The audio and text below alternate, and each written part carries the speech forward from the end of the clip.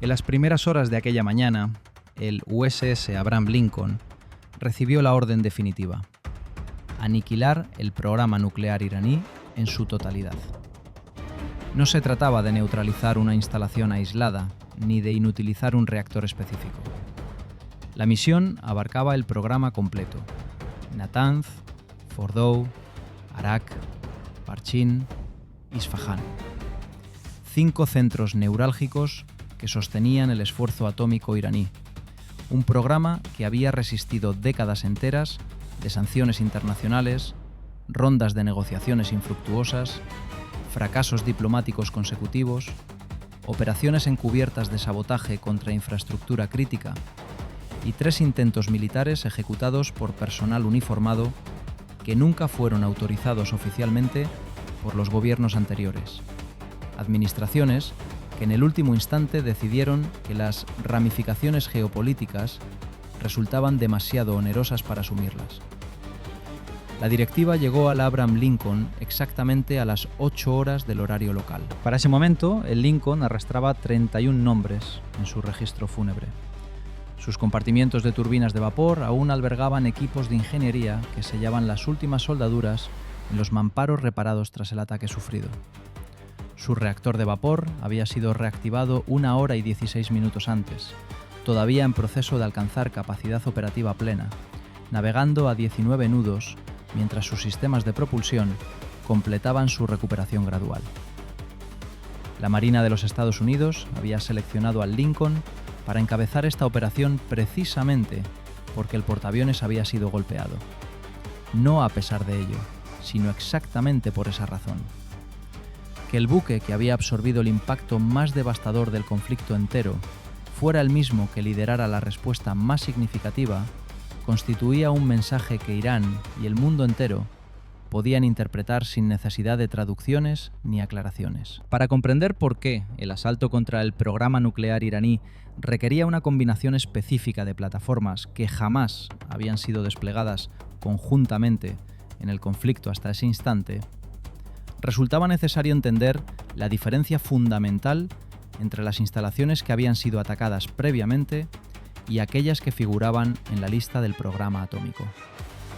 Todas las instalaciones atacadas hasta ese momento en el desarrollo del conflicto eran emplazamientos militares convencionales: bases navales, centros de comando y control, plantas de fabricación de misiles, complejos de radar, todas construidas para resistir impactos de precisión estándar, mediante Tomahawk y bombas guiadas GBU-31 JDAM. Las instalaciones nucleares iraníes diferían radicalmente en escala y profundidad. Fordow había sido excavada directamente en roca maciza bajo las montañas de Qom, a más de 80 metros de profundidad bajo toneladas de formación geológica natural. Ningún Tomahawk 5 podría alcanzarla. Ninguna GBU-31 lograría penetrarla. La única munición convencional con potencial destructivo a esa profundidad era la GBU-57 Massive Ordnance Penetrator, un artefacto de 13.600 kilogramos que únicamente el bombardero B-2 Spirit podía transportar y lanzar.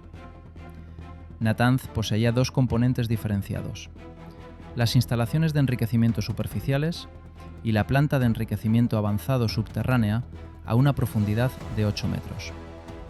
Los Tomahawk podían destruir las instalaciones de superficie. Solo la GBU-57 alcanzaría la instalación subterránea.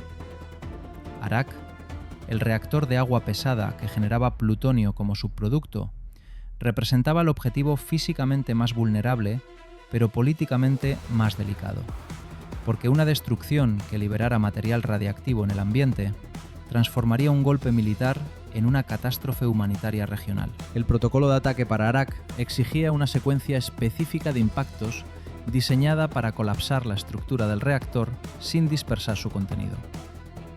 Parchin, el vasto complejo de investigación de armas convencionales y posiblemente nucleares al sur de Teherán, constituía el objetivo más incierto. La inteligencia estadounidense no podía confirmar con certeza cuáles instalaciones específicas dentro del complejo de 20 kilómetros cuadrados albergaban trabajos vinculados al programa atómico. el protocolo de ataque para Parchin requería impactos de mayor precisión con menor certeza de destrucción completa. 5 instalaciones, 4 protocolos distintos y el Lincoln como coordinador de la operación más significativa del conflicto entero. Lo que el USS Abraham Lincoln coordinó en los 90 minutos posteriores a las 8 de la mañana hora local definió el desenlace final tanto del conflicto de operaciones navales en el Golfo Pérsico como del programa nuclear iraní simultáneamente. A las 8 en punto, Lincoln activó el paquete de ataque nuclear iraní. Los 4 bombarderos B-2 Spirit que habían estado en tránsito desde Diego García durante 11 horas alcanzaron sus posiciones de lanzamiento sobre el mar Arábigo a las 8 y 14 minutos. Cada B-2 transportaba 2 GBU-57 Massive Ordnance Penetrator, totalizando 8 bombas GBU-57. Simultáneamente, los 6 submarinos clase Virginia desplegados en el teatro iniciaron secuencias de lanzamiento de Tomahawk Block 5 a las 8 y 2 minutos.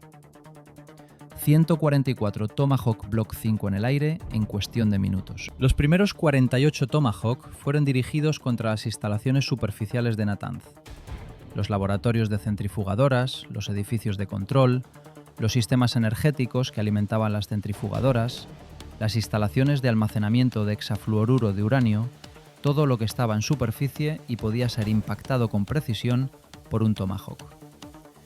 Los siguientes 32 Tomahawk contra las instalaciones superficiales en Isfahán, el centro de conversión de uranio y los laboratorios de fabricación de componentes de centrifugadoras.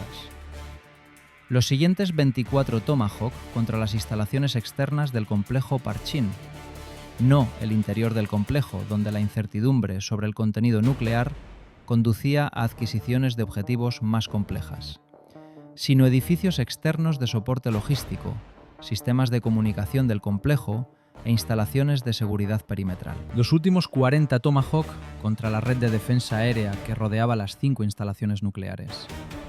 Los radares S-300, las baterías de misiles Babar 373, los centros de control de defensa aérea regional, nada podía intentar interceptar a los B-2 o sus GBU-57 durante la ventana de ataque.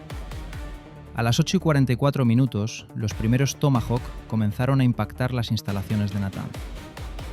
El primer impacto destruyó el edificio principal de enriquecimiento en superficie, en 4 segundos. El segundo y tercero destruyeron los sistemas energéticos. Los siguientes 6 impactos, a lo largo de un segmento de 90 segundos, borraron sistemáticamente cada estructura superficial del complejo Natanz. Las instalaciones en Isfahán recibieron sus Tomahawk entre las 8 y 47 y las 8 y 52. Los sistemas de defensa aérea alrededor de las instalaciones nucleares comenzaron a recibir sus Tomahawk entre las 8 y 56 y las 8 y 58, suprimiendo progresivamente la capacidad de respuesta iraní ante los B-2 que se aproximaban. A las 9 y 2 minutos, los 4 B-2 iniciaron sus secuencias de lanzamiento de los GBU-57 asignados a objetivos específicos. El primer B-2 lanzó 2 GBU-57 contra Fordow. La primera GBU-57 penetró 84 metros de roca sólida antes de detonar. El canal de penetración fue suficiente para que la segunda GBU-57 siguiera por el mismo conducto y detonara 12 metros dentro de la instalación. La planta de Fordow, a 80 metros de profundidad, que había resistido décadas de amenazas militares, fue destruida a las 9 y 14 segundos. El segundo B-2 lanzó 2 GBU-57 contra la instalación subterránea de Natanz. El tercer B-2 lanzó 2 GBU-57 contra Arak, en la secuencia específica diseñada para colapsar el reactor sin dispersión radiactiva. Primer impacto en la estructura de contención externa. Segundo impacto en el sistema primario de refrigeración. El reactor fue destruido estructuralmente sin dispersión de material radiactivo confirmada a las 9 y 11. El cuarto B-2 lanzó 2 GBU-57 contra los edificios de mayor profundidad del complejo Parchin, identificados como posibles sitios de investigación nuclear. A las 9:28 la última GBU-57 del cuarto B-2 había impactado su objetivo. 90 minutos desde la autorización de la operación a las 8 hasta el último impacto a las 9:30. En 90 minutos, el USS Abraham Lincoln había coordinado la destrucción de todas las instalaciones nucleares iraníes conocidas por la inteligencia estadounidense. Las instalaciones superficiales de Natanz e Isfahan fueron eliminadas por Tomahawk. Fordow fue destruida mediante GBU-57 a 84 metros de profundidad. Arak, colapsada sin dispersión radiactiva. Parchin, severamente dañada en sus instalaciones de mayor profundidad. El programa nuclear iraní, cuya construcción había requerido décadas, fue desmantelado en 90 minutos como capacidad operativa funcional. El Lincoln, que había sido impactado 22 horas antes por el misil más destructivo del conflicto, que había perdido 31 tripulantes en sus registros mientras equipos de ingeniería aún sellaban mamparos, coordinó desde su posición de bloqueo en el Golfo Pérsico la operación más significativa del conflicto entero.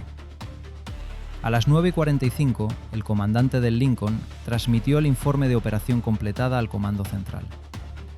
A las 10 de la mañana, el Consejo de Seguridad de las Naciones Unidas convocó una sesión de emergencia. A las 10:14, Irán solicitó apertura inmediata de canales diplomáticos con Estados Unidos, mediante la mediación del Sultanato de Omán. El balance resultaba evidente.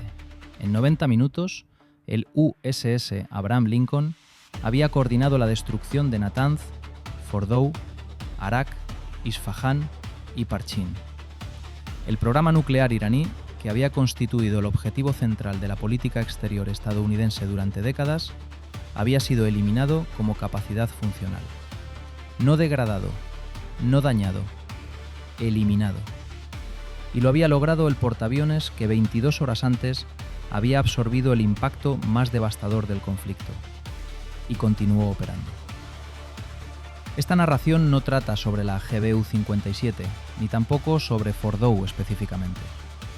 Trata sobre el instante en que un conflicto naval que comenzó con misiles en el estrecho de Hormuz terminó con la destrucción del programa que había sido la razón subyacente de todo lo que había ocurrido.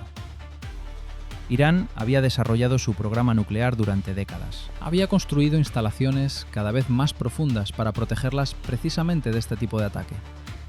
Había soportado sanciones, negociaciones y sabotajes.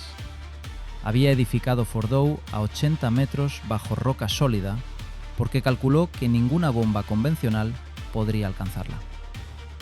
La GBU-57 sí pudo alcanzarla, y Lincoln, el buque que fue impactado, fue el que lo ejecutó.